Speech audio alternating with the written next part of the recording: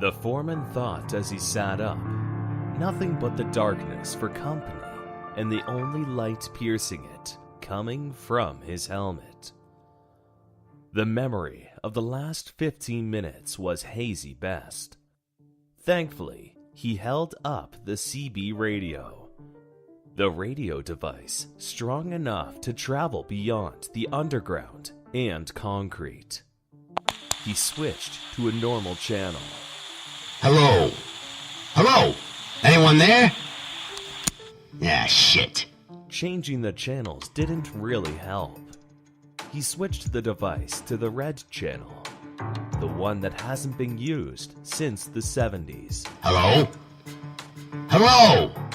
Somewhere in a precinct, blocks away, a young police officer in a crowd of busy cubicles noticed a red phone, nearly part of the decoration, come to life and ring. No one seemed to notice or bother, so he picked up the phone. Hello? Oh, thank God. Who's this? I'm a construction foreman for the city. I'm working on a utility job below Broadway and Central. There was a collapse. Are you alone? Injured? Yeah, I'm alone. No, I'm not injured. None of my men are responding to any of the channels. Can you describe where you are? Ever go spelunking? Ziplunking? Cave diving. Yeah, it's pitch black down here. I'm sitting on some kind of a platform. The platform looks like an old subway or train tunnel. Looks really old. The platform is chipped and I can't find any tracks. Hey, hold on. I see a tiny hole maybe 10, 20 feet in the ceiling. The rubble below must have broken my fall. I'll send some men to the site. Do you remember anything? Anything at all?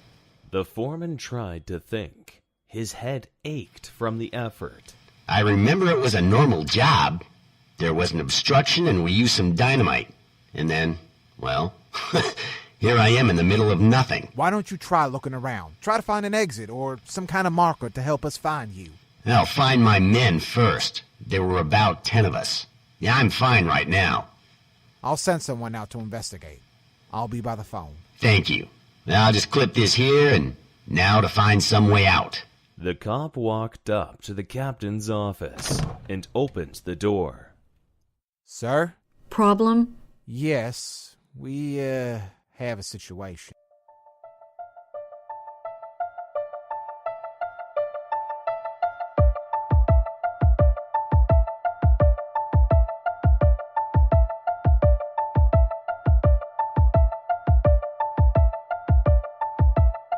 As the static fades and the voices fill the speakers, the road you're traveling, the room you're sitting in, it'll start to twist and turn, becoming something beyond ordinary, something beyond this world.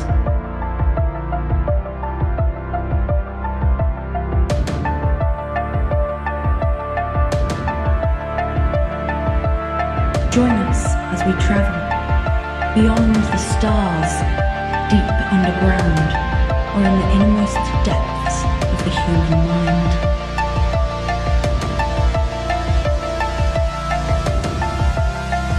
You just tuned into the Radioverse.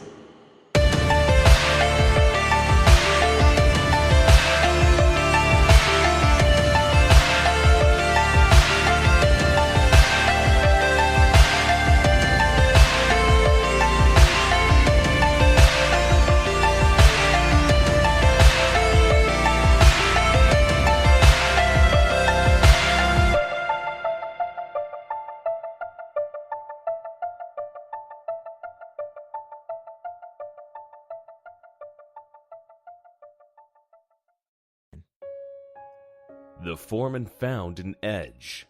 There were stone or calcified benches, hard to tell in the light. He approached one and ran his fingers over the edge. He could feel a dry, cold, rock-hard surface. God, I must be the first one to touch this in decades. He kept moving, noticing the platform edged around towards a close. There was a sound, rustling behind him. He jumped and screamed. Hold! The headlight illuminated a rat, standing on its hind paws. I am so glad the boys weren't here to hear that. The foreman swatted at the rat, watching it scurry away. He sat on the calcified bench. He leaned his head back, closing his eyes. He thought how surreal to sit in such a vast, open darkness. Sounds started coming into focus that usually faded into a white noise. There must be a few rats, but something else. He laid his head back and closed his eyes. There was a soft, repetitive pitter-patter. The buzzing of the insects, not loud, but low and infrequent.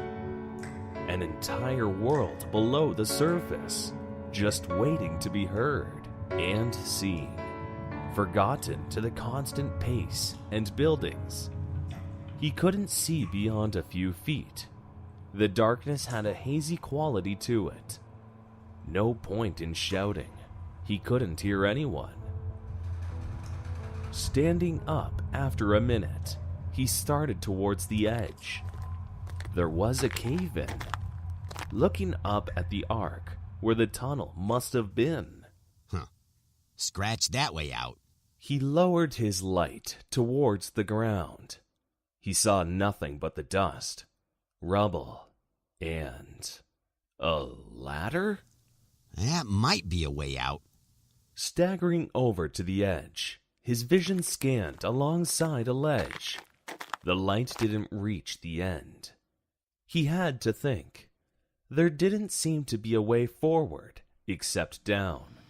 Hey, buddy. Yeah? Hey, I found a ladder. Oh, that's great. Only one problem. It goes down.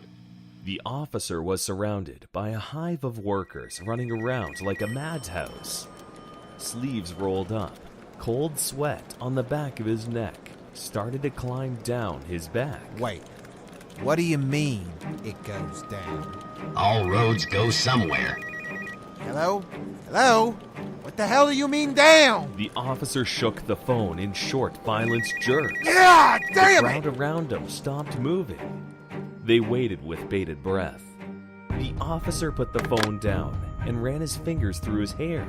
All right, we have a missing construction crew, a man climbing below the city, trapped. I need info, people. Hey, you! Me, sir? Blueprint schematics? Anything. I want a detailed list of what's under the streets! He turned to 3 cops standing together. He ordered them to get an APB out on the foreman and the crew. He turned to the captain and nodded when they met each other's gaze. Get it done. I want you to stay by the phone. Don't leave him alone. The officer sat down at his desk, watching the chaos ensue, almost drowning out the words that the foreman said, still blazing through his mind. I'm going down. The ladder became a world of its own, descending. The platform above lost to the darkness. Below, nothing. An eternity stretching before his helmet's light. His grip was strong. Be it cell phone towers with no support, or climbing into the bowels of the earth. A job was a job. There had to be a way out. There was a sickness the foreman was reminded of. Some knowledge that stays dormant until moments like this, completely isolated and alone.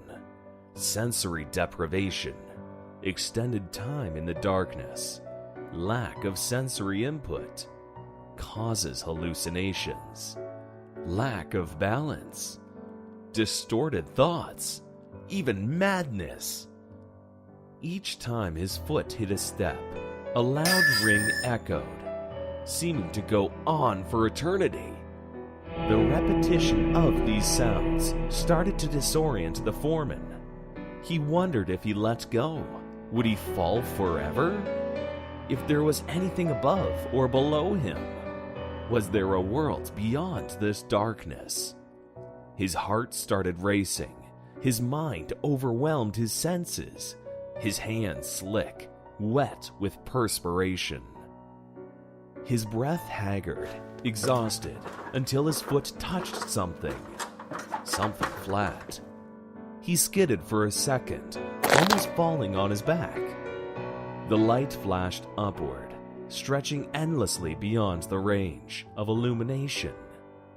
How long did, he thought, before turning around, seeing a long hallway.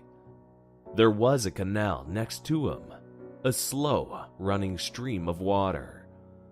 Lights that look like they haven't been used in almost a century.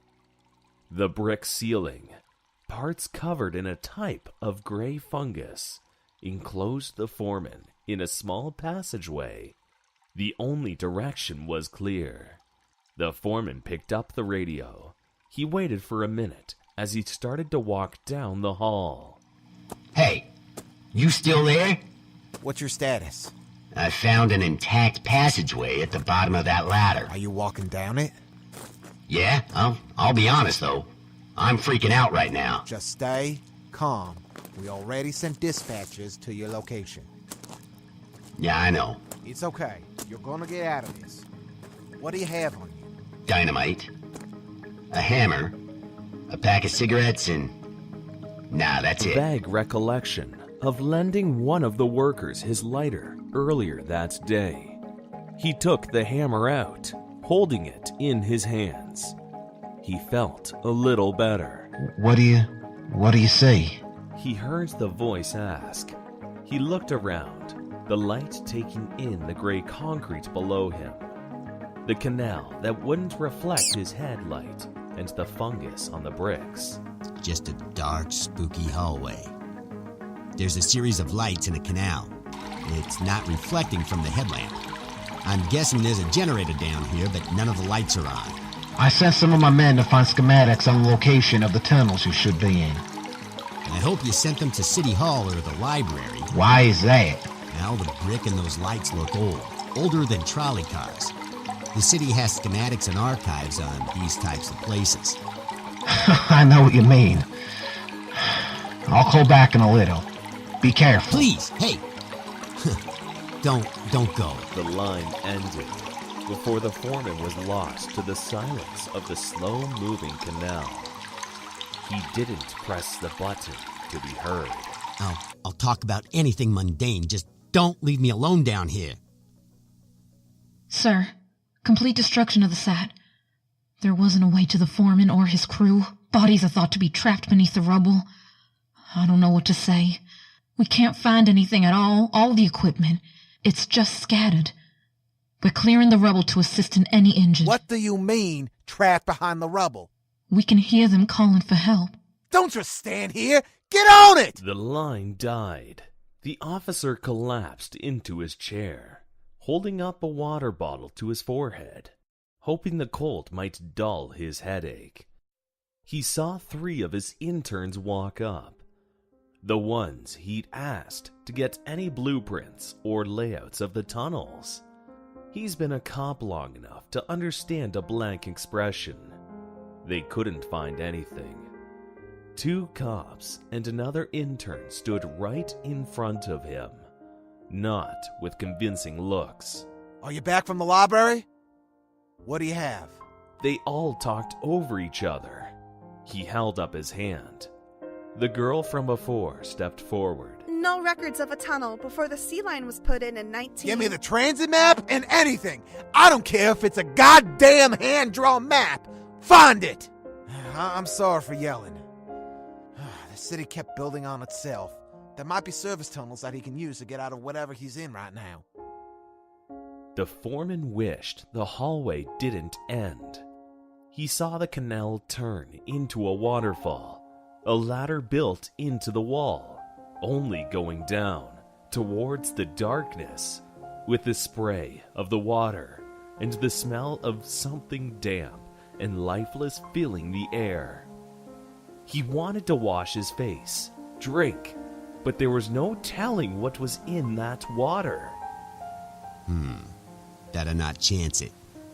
His finger resting over the radio, but he thought better of it. They were working on finding him a way out of this mess.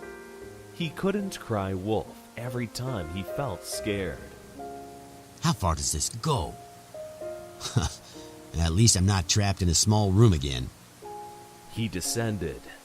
Maybe it was the waterfall, but he didn't feel the anxiety he felt before. Something about hearing something, instead of the absolution of nothing. But the fear was gone, at least for the moment. Deep breaths. Deep breaths. Deep breaths. After a minute climbing down, feeling the spray hit his face and hands, warm, not refreshing at all, he heard the radio turn on. Hey, are you doing okay? Yeah, I can't talk for long. I'm on another ladder.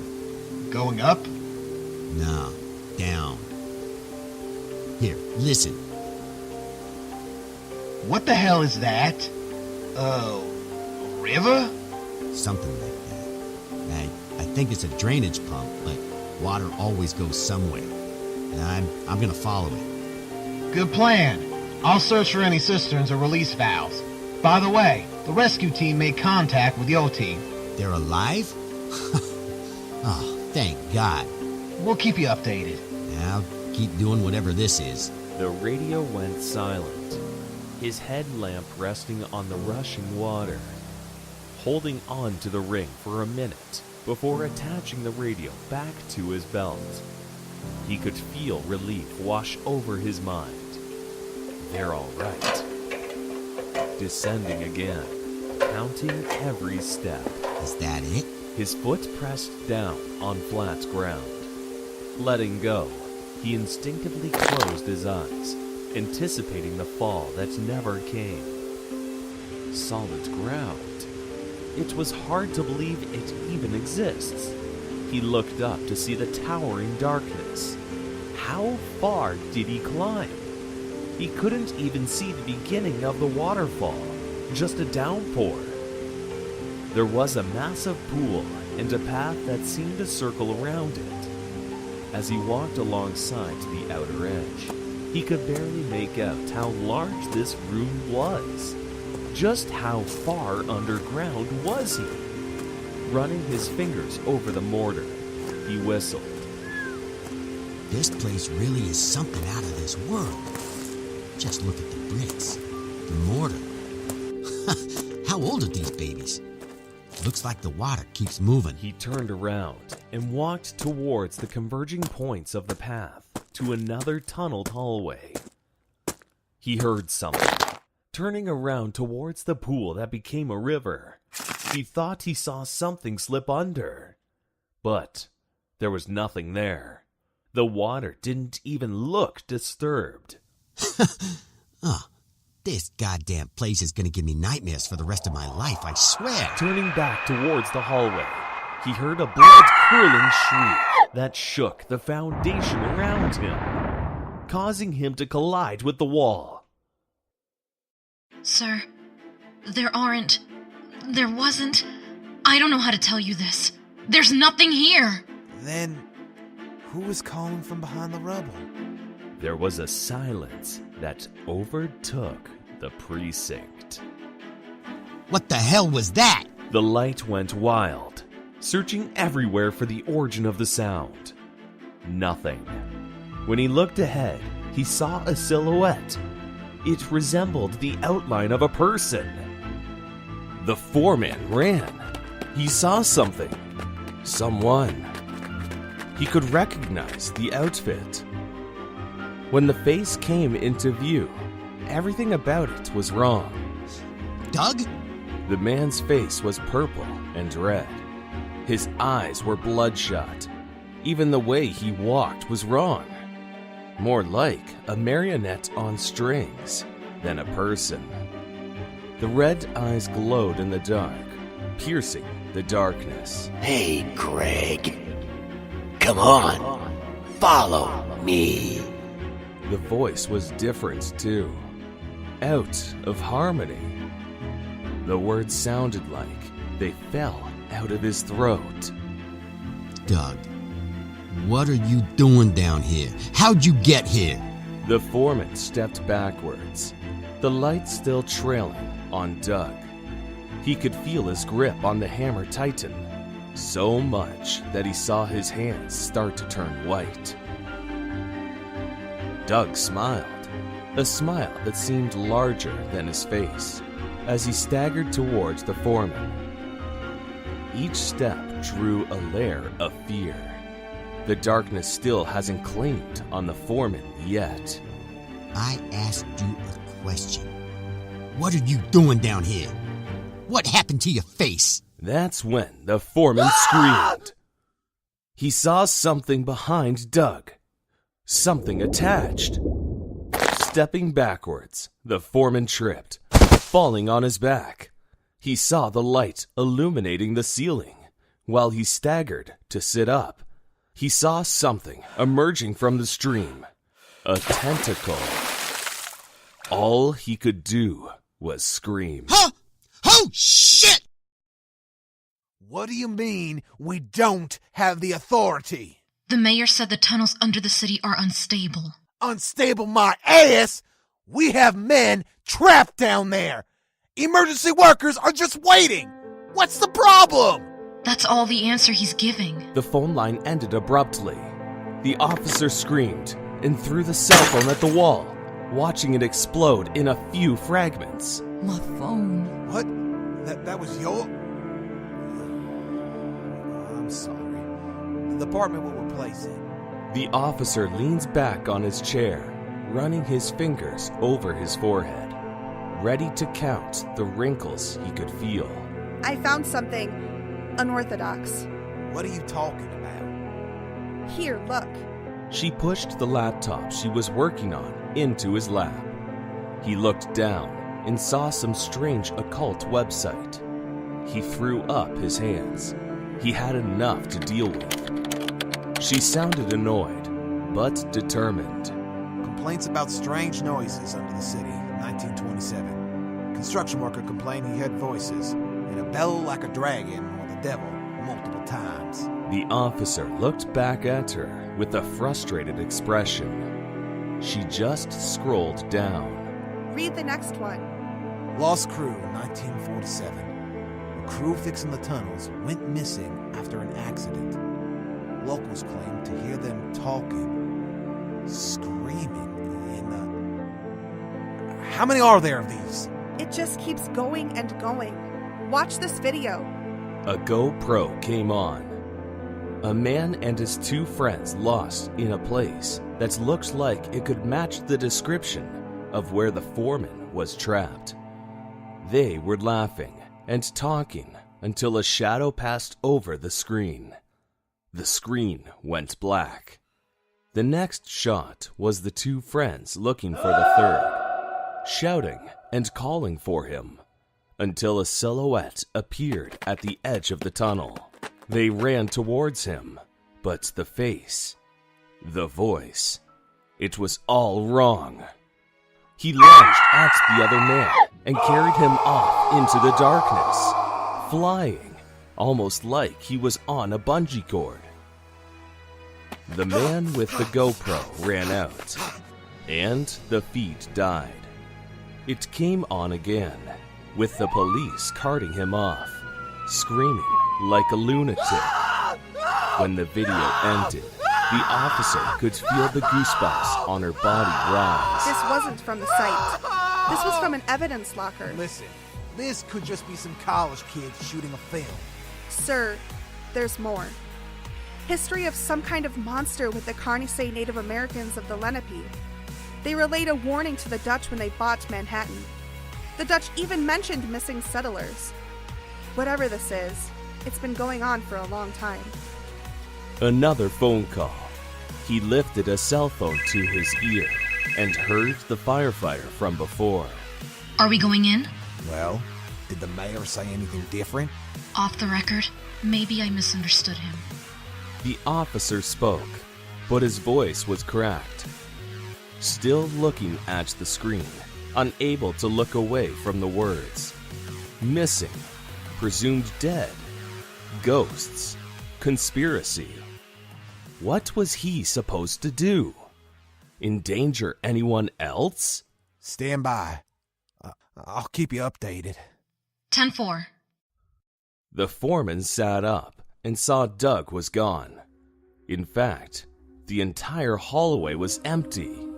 Doug! Doug! Doug! Doug! Doug! Doug! The foreman still held the wrench, thinking of nothing but the disfigured face as he slowly crept along the edge of the tunnel. Passageways stretched endlessly in all directions. He kept with the stream, heading straight. It was all just my imagination. Nothing to worry about. But there was. He realized as Doug was standing in front of him, two of the other workers next to him. The foreman noticed that their hands and heads seemed to bob as they walked. The eyes still glowed red, but not their headlamps. Hey, get back! Get back! The foreman raised the wrench, swinging it wild. Doug hissed and flew at him at an impressive speed. The wrench hit Doug out of reflex. Before the foreman could apologize, he watched the figure trembling on the ground. Something attached to him. The light focused on a purple-black tentacle receding from his back. He heard the other two move closer before he looked up. They flew backwards into the darkness, the tentacle alongside them. After a moment of being left alone, not daring to lower the hammer or look away, he finally bent down and searched Doug's body. It was hollow, except the bones and muscles. Like someone or something sucked everything out through a hole in his back. The foreman shuddered and felt bile run up his stomach as he collapsed against the wall.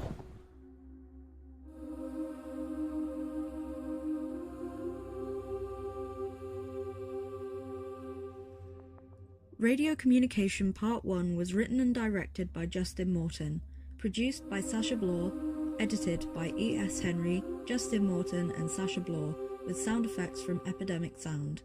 Theme by Ryan Smolek and Lucas Dorsey, voiced by Sasha Bloor.